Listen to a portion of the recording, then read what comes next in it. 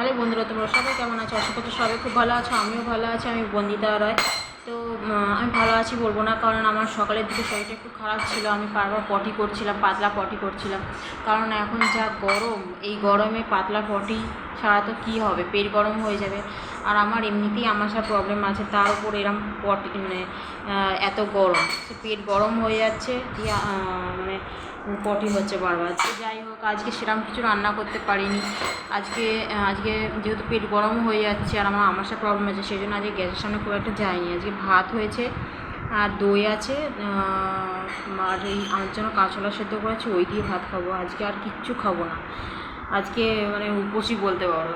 এই হচ্ছে আমাদের খাওয়া আজকে মেনু, ভাত, দই আর কাঁচকলা সেদ্ধ। এই হচ্ছে গরম। এই গরমটা যতদিন না কমবে ততদিন পর্যন্ত এইরকমভাবেই চলতে হবে, খালি পটি আর পটি, পটি আর পটি।